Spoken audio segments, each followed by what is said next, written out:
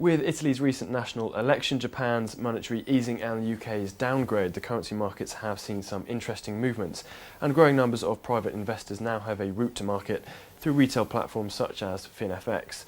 Chief Business Development Officer Stan Klebaner joins me now. Stan, welcome. Thank you very much, Nick. What's your view on the trading conditions in the FX market at the moment? Today, I feel that more so than ever, FX traders are feeling more empowered. There's an arms race taking place at the top amongst brokers that look to differentiate based upon the ability to offer unique selling points. On the other end of the spectrum, we have the newer market entrants that take price and price considerations as a means to compete. And what I mean by that is leverage, commission tiers, as well as swap interest are means in which they do that. This dynamic undoubtedly adds value to the underlying trader in creating a more competitive FX marketplace. So you began in 2010. Tell us about the last 3 years at FinFX. Sure. So we launched the brand in 2010 in focusing on the Nordic region. The objective was to concentrate on the relatively underserved market segment as a platform for worldwide expansion. FinFX, as of today, has achieved tremendous growth in both client acquisition as well as turnover metrics.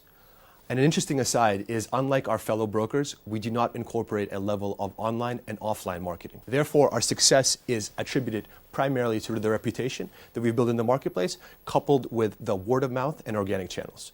Currently, we cater to over 10,000 clients in over 120 countries. The EFX brokerage space is a globally competitive one. What's your sales pitch to the retail investor? We look to position ourselves on 3 key principles. The first is price. Our rate model is significantly below market average, whereas retail clients can expect a Euro-USD spread of anywhere from 0.4 to 0.5 on average. We have a number of additional account types where spreads are even tighter. Overall, we understand the importance of transaction costs and look to mitigate them on behalf of our clients. We're a true STP broker, which means that we route order flow directly to our LPs. As a result, clients can benefit as a result of speed as well as a lack of manual intervention. From a customer service standpoint, FinFX prides itself on 24-hour multilingual support for both the retail and the institutional client segment. Today's clients absolutely value a broker's ability to cater to that requirement, which FinFX delivers on. You talked about being an STP DMA broker. Talk us through how this benefits your clients. Our execution model aligns our interests with that of the client. Traditional market makers extract revenue from client losses. Our agency model differs in that we're transaction-based. The more clients trade, the more money we make. It's that simple.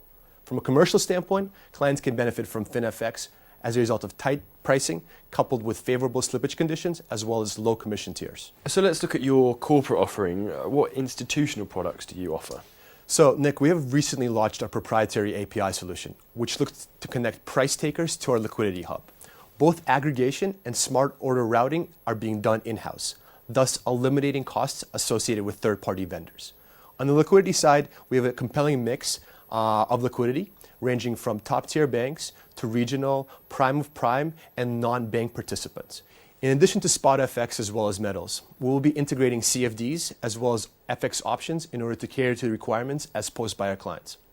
Our recently launched white label program has onboarded a number of strategic partners, which incorporate banks as well as brokerage firms that we're extremely happy to announce. Finally, what's your strategic plan for 2013? So, Nick, our objective in 2013 is to expand our global footprint.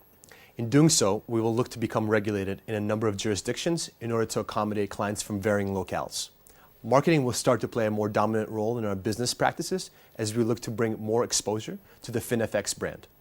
In order to complement the growth phase, we will look to hire additional sales members to pursue new markets. We will continue to distinguish our brokerage offering by focusing on pricing, execution, and bespoke customer service, while seeking to differentiate ourselves from the rest of the peers in the marketplace. Stan, thank you. I appreciate it. Thank you very much, Nick.